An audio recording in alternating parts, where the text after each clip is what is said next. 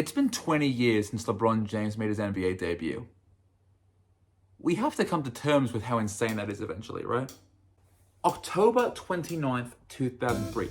What was even happening in the world back then? Well, we were 4 months removed from the debut solo studio album of Beyonce. We were about 2 months removed from Roger Federer winning his first Wimbledon title. About 13 days prior, a 16-year-old named Lionel Messi made his debut for FC Barcelona.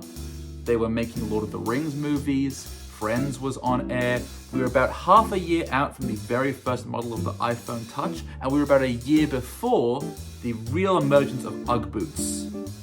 Here's a photo of LeBron holding a PS2. It was an eternity ago.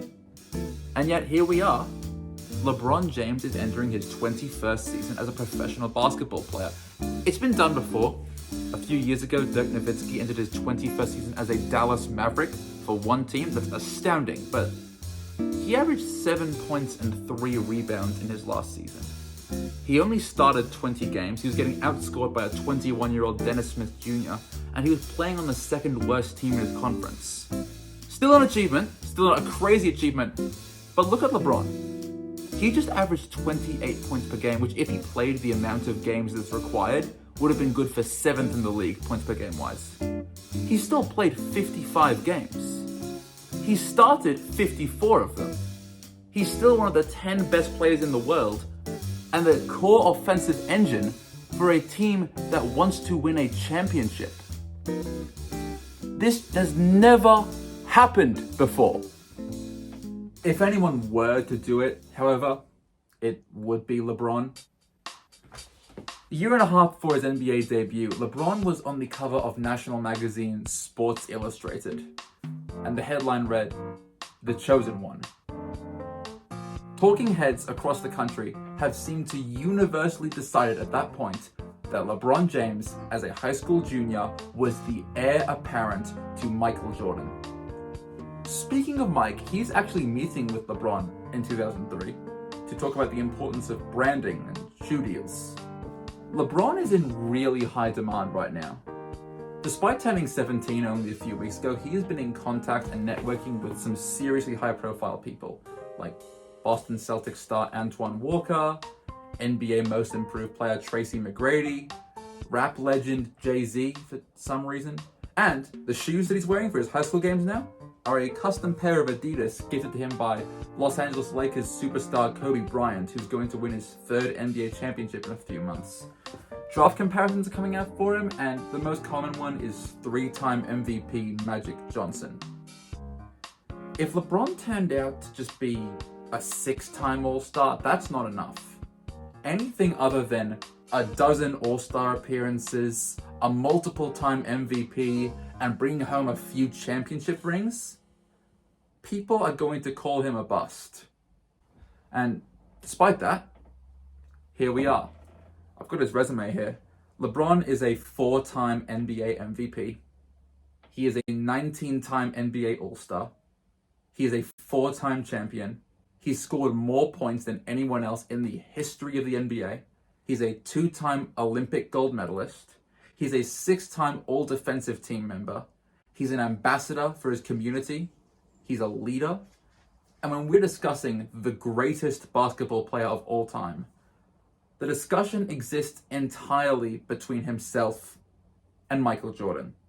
In every conceivable way, he has lived up to the unimaginable expectations that were placed upon him when he was 17. Was that fair? We can't recreate those expectations for any player, but we can get pretty close. So over the last 18 months, a pretty similar hype train is built around this 19-year-old French phenomenon, Victor Wembanyama, and you go watch the kid play and you'll see why. He stands 7'3".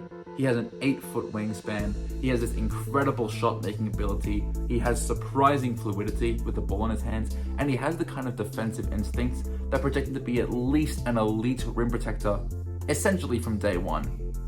He's been widely regarded as the #1 prospect in this year's draft cycle, but it goes further.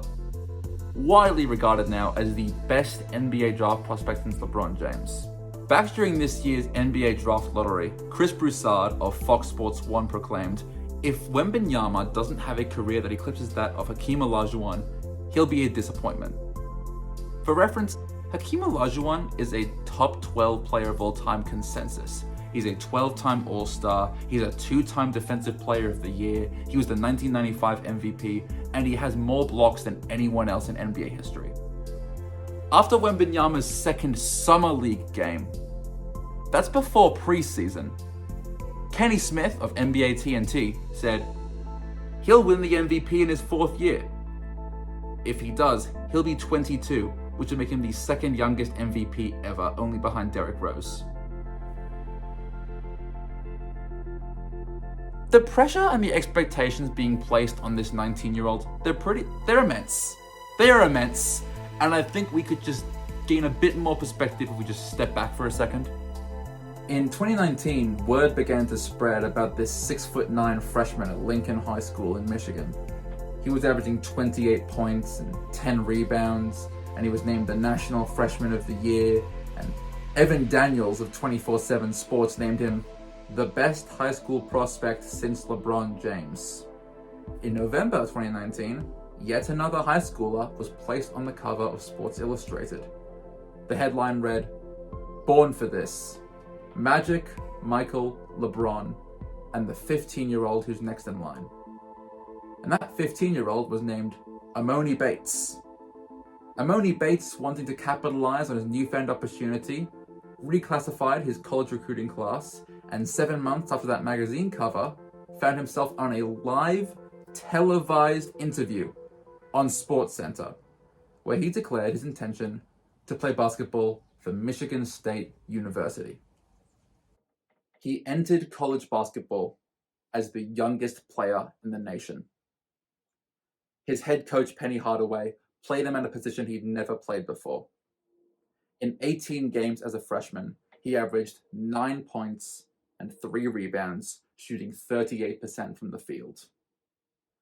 Suddenly, the basketball world gave up on Amoni Bates, and after transferring to his hometown team of Eastern Michigan for his sophomore season, he entered the 2023 NBA draft, where he was selected by the Cleveland Cavaliers with the 49th overall pick. Look, it's natural for fans to be enamored by the new, the future, the next big thing. Who's going to be the next best player in the league after LeBron, Curry, Durant, and Giannis all retire? Who's going to win Rookie of the Year? Who's a draft bust after year 1? Which team has found newfound hope in the form of a teenager? Grant Wall, who wrote that cover story about 17-year-old LeBron James from Akron, Ohio, has gone on record saying, quote, "I worried it would ruin his life. It took things to such a level that I believed his life would not be the same after that." I have full confidence in Victor Wembanyama. His attitude towards growth and learning, they've shined in every interview he's given. And he's being placed in an organization that facilitates growth and culture. He's surrounded by a supporting cast to grow alongside, and he's being mentored by Greg Popovich. I think he will be a good NBA player, but when his face is put on a billboard in Times Square and he can't turn on his phone without getting notified of his doubters, alongside unimaginable pressure from professional journalists, I feel like the fans have given themselves inevitable disappointment. Most likely, Wembanyama will not be the MVP in his 4th season. Inevitably, he'll have some bad games. He might struggle in his NBA debut, so what? In Kobe Bryant's NBA debut, he played for 6 minutes. In Kevin Garnett's NBA debut, he had 8 points. In Steve Nash's NBA debut, the only thing he did was miss a shot. When Victor inevitably has his welcome to the NBA moment from Luka Doncic, or Jason Tatum, or Joel Embiid, there will be noise made about him, and I can only hope that people don't overcorrect to the expectations they have made for themselves. Because the only person who has ever lived up to those kinds of expectations is literally the best basketball player of all time.